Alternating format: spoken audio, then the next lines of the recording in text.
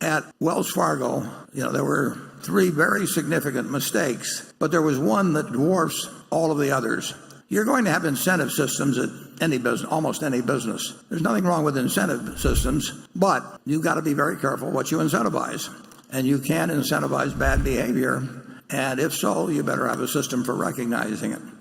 Clearly, at Wells Fargo, there was an incentive system built around the idea of cross-selling and number of services per customer, and the company in every quarterly investor presentation highlighted how many services per customer. So it was the focus of the organization, a major focus, and undoubtedly people got paid and graded and promoted based on that number, or at least partly based on that number. Well, it turned out that was incentivizing the wrong kind of behavior. We've made similar mistakes. I mean, any company's going to make some mistakes in designing a system, but it's a mistake. And you're going to find out about it at some point, and I'll get to how we find out about it. But the biggest mistake was that, and I don't know, obviously I don't know the facts as to how the information got passed up the line at Wells Fargo. But at some point, if there's a major problem, the CEO will get wind of it.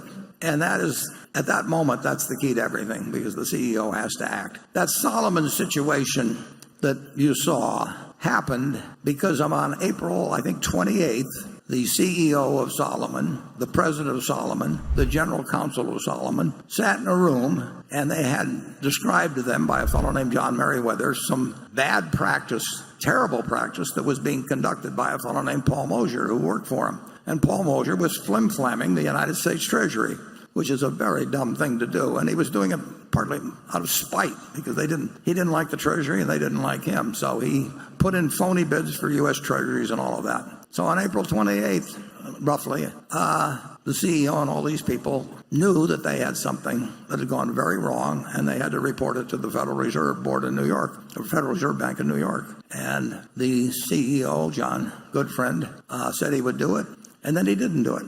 And he undoubtedly put it off just because it was an unpleasant thing to do. And then on May 15th, another Treasury auction was held, and Paul Mosher put in a bunch of phony bids again. And at this point, it's all over, because the top management had known ahead of time, and now a guy that was a pyromaniac had gone out and lit another fire, and he lit it after they'd been warned that he was a pyromaniac, essentially. And it all went downhill from there. It had to stop when the CEO learns about it.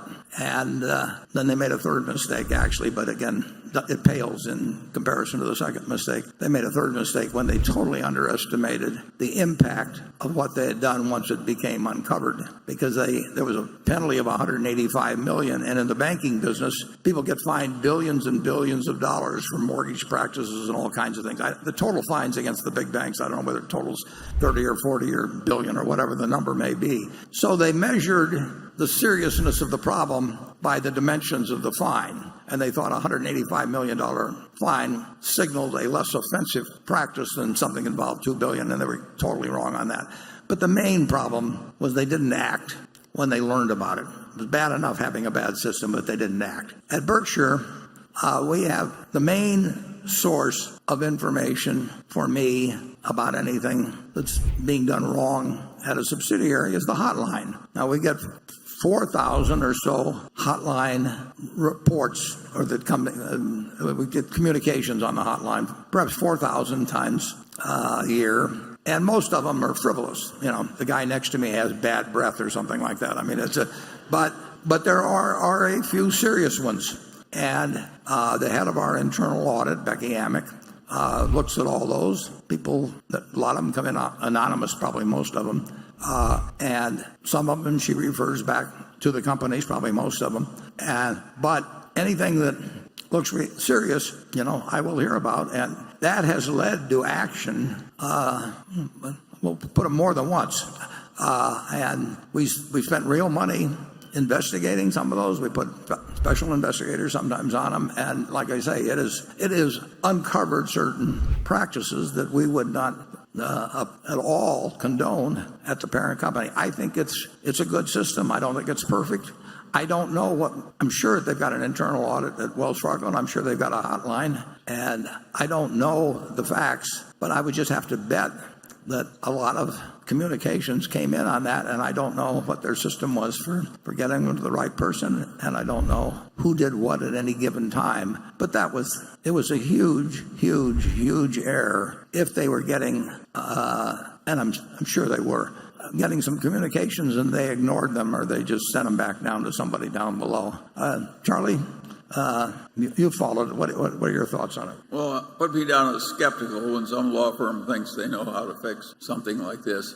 If you're in a business where you have a whole lot of people under incentives very likely to cause a lot of misbehavior, of course you need a big compliance department. Every big wirehouse stock brokerage firm has a huge compliance department, and if we had one, we would have a big compliance department too, wouldn't we, Warren? Absolutely. Absolutely. But that doesn't mean that everybody should try and solve their problems with more and more compliance. I think we've had less trouble over the years by being more careful in whom we pick to have power and having a culture of trust. I think we have less trouble, not more. But we will have trouble from time to time. Yes, of course. Yeah. We'll be blindsided someday. Charlie says an ounce of prevention. He said when Ben Franklin, who he worships, said an ounce of prevention is worth a pound of cure, he understated it.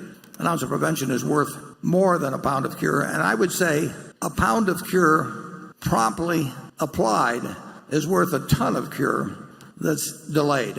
And problems don't go away. John Goodfriend said that problem originally was, he called it a traffic ticket. He told the troops there at Solomon it was a traffic ticket, and it almost brought down a business. Some other CEO that day described the problem that he had encountered as a footfall, and it resulted in incredible damage to the institution and so on. You've got to act promptly. And frankly, I don't know any better system than hotlines and anonymous letters. To me, I get anonymous letters, and I've gotten 3 or 4 of them, probably in the last 6 or 7 years, that have resulted in major changes. And very, very occasionally they're signed. Usually, almost always they're anonymous, but it wouldn't make any difference because there will be no retribution against anybody, obviously, if they call our attention to something that's going wrong. But I will tell you, as we sit here, quite a few people are probably doing something wrong at Berkshire, and usually it's very limited. I mean, it may be stealing small amounts of money or something like that. But when it gets to some sales practice like was taking place at Wells Fargo, you can see the kind of damage it would do.